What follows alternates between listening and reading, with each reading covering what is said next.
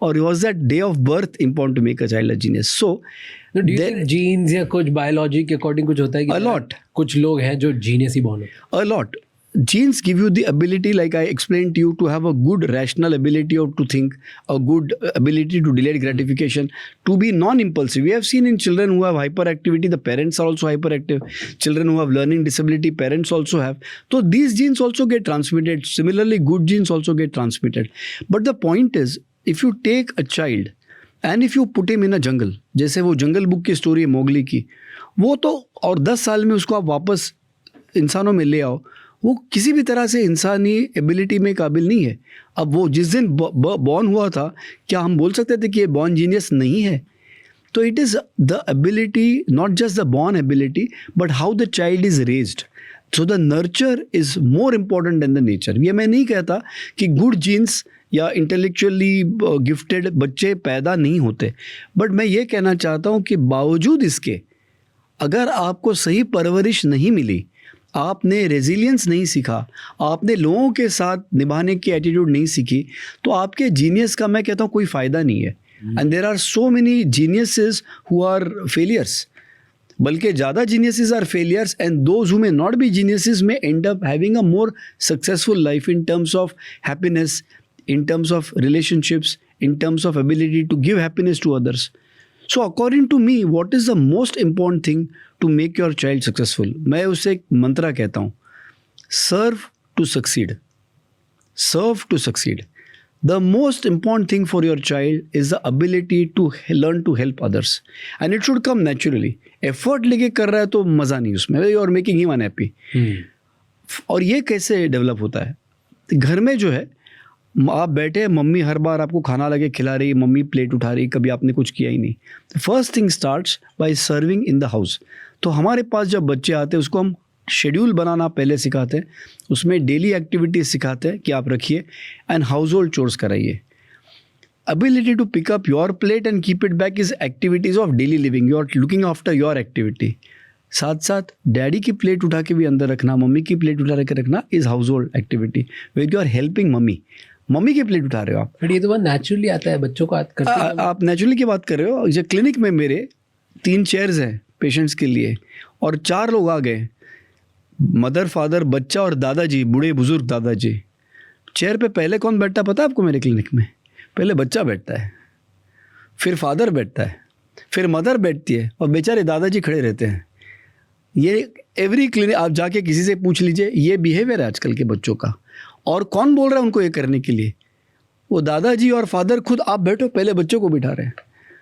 ये जो संस्कार हो रहा है ना, कि हम ये नहीं समझ रहे हैं कि भाई वो जो बुजुर्ग आदमी को अगर मैं मेरे बच्चे को सिखाऊं, it is not about religion और वैल्यूज़ और anything like that.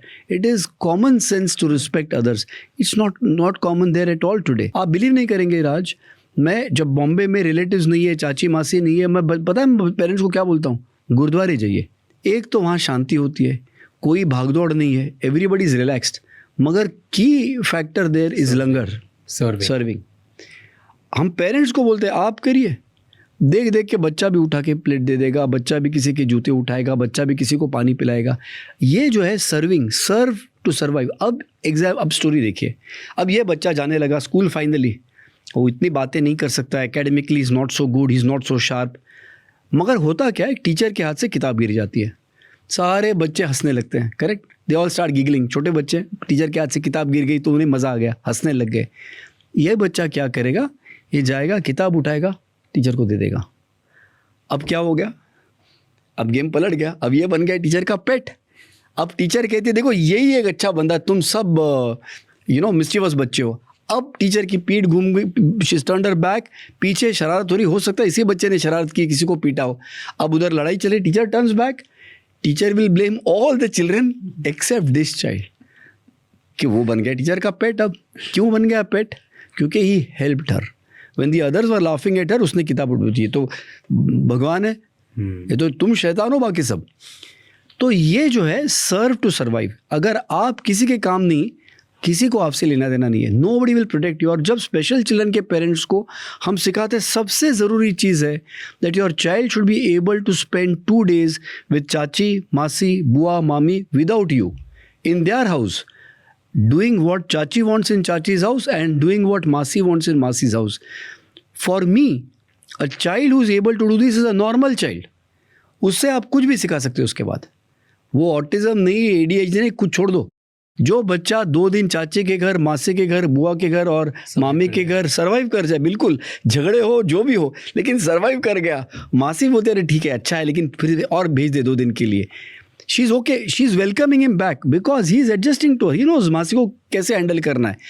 मासी's house is welcome. This means that this child is normal. Why I'm saying? Because now we can survive without the mother and father. If something happens to the mother and father, eventually will happen. This child can stay with the rest of society and the rest of society is happy to keep him with them.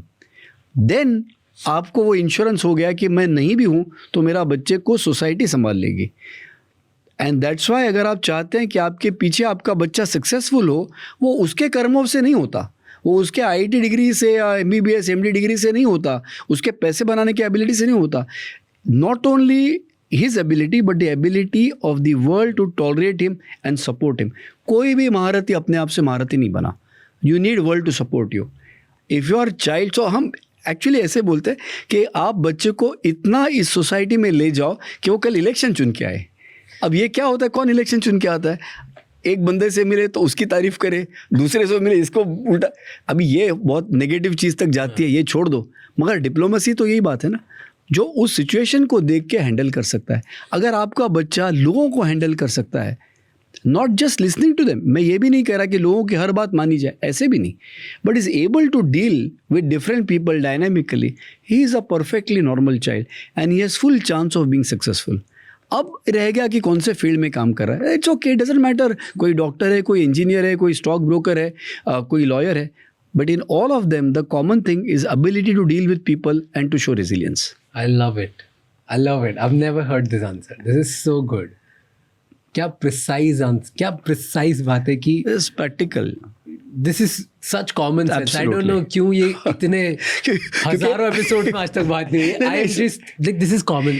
कुछ बहुत fancy answer नहीं है, ये बहुत ही common sense है. Now it feel like wow कि actually अगर आप बच्चों को क्या बड़ों को भी किसी को भी ये सिखाओ कि तुम कैसे दूसरों की हेल्प कर सकते हो और वो अंदर से इनेटली कैसे आए. Correct. You can survive. This is a business lesson as well. Correct. तुम वैल्यू क्रिएट करोगे, तुम्हें वैल्यू मिलेगी. There you go. Just yeah. That is so true. तो जीनियस मत बनाओ. I like it. जीनियस मत बनाओ, बच्चों को ये बना दो कि वो दूसरों की हेल्प करना सीख जाए एंड वो दुनिया से डील करना सीख जाए कि कैसे किसकी हेल्प करनी, कैसे करनी, क्या करना है, all of that, and just be able to survive there. बिल्कुल. और वो तभी सर्वाइव करेंगे जब वो दूसरों की हेल्प करेंगे, और जब वो दूसरों की हेल्प करेंगे तो दूसरे उन्हें टॉलरेट करेंगे. Correct. And that's how you build a society. Correct. Interesting. Tell me, कुछ और अर्ली साइंस होते हैं बच्चों में कि यू सेड कि 15-16 साल 17 साल लगते हैं उनको डेवलप होने में. तो हैव यू सीन अंडर 18, 0 से 18 के बीच में किसी बच्चों में कोई पैटर्न्स या कोई early science which you feel कि इसकी वजह से ये बंदा ज़्यादा अच्छा करेगा, ज़्यादा अच्छा करेगा, जो अर्ली साइंस दिखते हैं आपको सक्सेसफुल बच्चों में? And we are talking about typical normal neurotypical children. Neurotypical kids. जी. क्या ऐसे साइंस होते हैं जिनको देख के यू कैन प्रेडिक्ट कि ये इंसान ज़्यादा बेटर करेगा लाइफ में? बिल्कुल. देखिए, कुछ बच्चे होते हैं जो छोटी छोटी बात पे रोते हैं, वो भी एबनॉर्मल नहीं है. डिसअपॉइंट होना, जैसे मैंने कहा, गलत बात नहीं है, मगर कितने क्विकली वो रिकवर करती है इशू है. कितने quickly they can come back to the normal temperament is very important. So I won't say just a baby who cries ऑफेंट is a bad baby, but a baby who cannot be soothed easily, जिसको आप शांत जल्दी नहीं कर सकते, that is a bit of a worry. But the baby जिसको नाराज़ हो गया लेकिन आपने थोड़ा बहुत समझाया, फुसलाया, वो शांत हो गया, this is resilience. Similarly the child who is learning to play with other children, is learning to share, is a very good sign. A child who is happy to deal with the relative जो घर आते हैं, कभी चाचा आ गए, मामा आ गए, मासी आ गए, यार एक गिलास उठा के पानी दे दिया. अगर ये आप साइंस आपके बच्चे में देख रहे हो तो ट्रस्ट मी, ये बहुत बड़ा बनेगा, और कुछ नहीं तो पॉलिटिशियन तो बनेगा ही बनेगा. Because the ability to connect with other people is the most important. So I am now talking professionally as a developmental paediatrician. The most important value for the child is not at what age your child is sitting or at what age your child is standing. सबसे ज़रूरी value है आपके बच्चे की human engagement capacity क्या है. Human engagement से मेरा मतलब ऐसा है, आप एक फादर रूम में बैठे हैं और लैपटॉप पे बैठा है. अब बच्चा आ रहा है रूम में, अब क्या वो फादर की तरफ जा रहा है या क्या वो लैपटॉप को खींच रहा है. अगर 10 आउट ऑफ 10 टाइम्स वो रूम में आके लैपटॉप को ही खींच रहा है, तो also it's part of fault the father's fault that he has never made himself more engaging with the child. If a child एक रूम में आता है और 4 लोग बैठे हैं, आने के साथ क्या बच्चा जाके सबको स्माइल करता है, हैंडशेक करता है, हाई फाई करता है, या कॉर्नर में जाके अपना मोबाइल लेके अपना 1.5 GB डेटा का डेली यूज़ कर रहा है.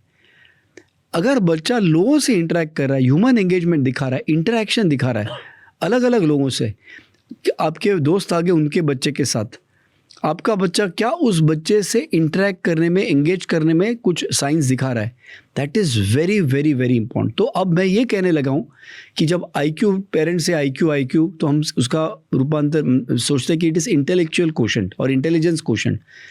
The new IQ is not the intelligence quotient, it is the interactive quotient. कितनी देर तक आपका बच्चा दूसरों के साथ एंगेज रहता है, उससे आपको ये सब पता चलेगा कि आगे चल के इसका इंटरैक्टिव क्वोशंट, एंगेजमेंट क्वोशंट क्या होगा.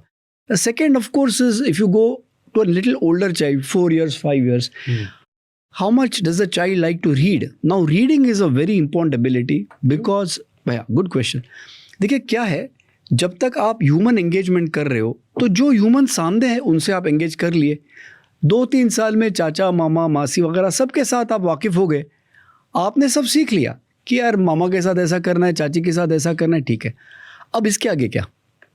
अब आपका brain is super brain already, क्योंकि आपने ये सब सीख लिया. लेकिन जो लोग रशिया में रहते हैं, या जो लोग रशिया क्यों, हम मुंबई में हैं, जो लोग गोवा में रहते हैं, आपने उनको देखा ही नहीं बच्चे ने. तो जो आपके नज़र से परे है चीज़, जो दुनिया आपके नज़र से परे है, वो आपको किताबों से दिखती है. बट वो मूवी से भी दिख सकती है, टीवी से भी दिख सकती है. अब बहुत अच्छा सवाल निकाला कि रीडिंग में और विजुअल मीडियम में फ़र्क क्या है. ये बहुत इंपॉर्टेंट इशू है, क्योंकि विजुअल मीडियम में आपको डायरेक्टली सब चीज़ दिखाई दे रही है, आपको आपका इमेजिनेशन यूज़ करने की ज़रूरत नहीं है. मगर जब आप किताब पढ़ते हो, आप एक वाइट पेपर पे ब्लैक कलर की निशानियाँ देख रहे हो, but isn't it which is alphabets, और वो अल्फ़ाबेट्स को इंटरप्रेट कर के आप वो एक राजा, एक रानी, एक महल का इमेजिनेशन आपके दिमाग में कर रहे हो. तो एक पेज रीडिंग करने से जितना दिमाग स्टिमुलेट होता है, उतना एक फिल्म देखने से नहीं हो सकता है. तो that's why reading is a very important building ability.